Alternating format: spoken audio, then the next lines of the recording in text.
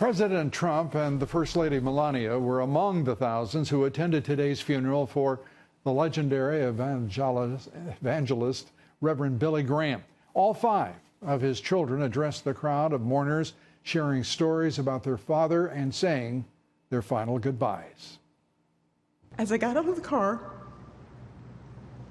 he wrapped his arms around me and he said, "Welcome home." There was no shame, there was no blame, there was no condemnation, just unconditional love. And you know, my father was not God, but he showed me what God was like that day. Daddy, I won't see you on this earth again, but I will see you again. I'll see you maybe soon, but not yet. To God be the glory. And our next guest was at Reverend Graham's funeral service in Charlotte, North Carolina. Pastor Robert Jeffress, the leader of the First Baptist Church of Dallas, Fox Business contributor.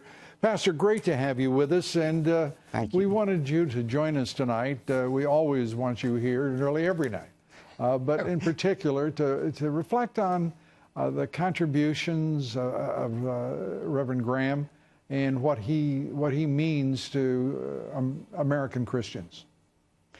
You know, Lou, Billy Graham was a member of my church, even though he lived in North Carolina, a member of my church for 54 years until he joined a church closer to his home in North Carolina. So I knew Billy Graham, and it is no exaggeration to say that Billy Graham did more to spread the message of Christianity than any man in history since the Apostle Paul. Millions of people are Christians today because of Billy Graham.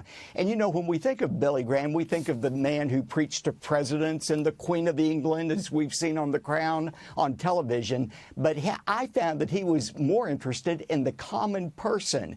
You know, whenever he would do an interview, he would do a mic check, and instead of doing the 1, 2, 3, 4, 5, he would quote John 3:16, "For God so loved the world that he gave his only son, that whoever believes in him will not perish, but have eternal life." And somebody asked him, "Why do you do that during a mic check?" And he said, "Because there may be an audio technician or a cameraman who has never heard about Jesus, and I want to share that message of hope." Yeah. That was the heart of Billy Graham. And in Christianity today in America, is it most people think it is dwindling, that is, it's challenged around the globe, we know that.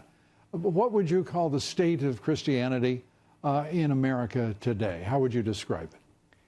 Well, I think what is happening is the committed are getting more committed and the uncommitted more uncommitted. What we're losing, Lou, is the mushy middle, and I don't think that's a bad thing. I think it's no longer culturally acceptable to be a Christian in name only. You either are or you aren't. And so, in a way, I see it as a very healthy thing, what's happening in America today. But there is no way to measure the impact that Billy Graham had, not just on the world, but especially on our country. And President Trump did a good job of mentioning that in the rotunda. I so appreciated that the president didn't try to water down Billy Graham's message into some kind of eclectic feel-good message.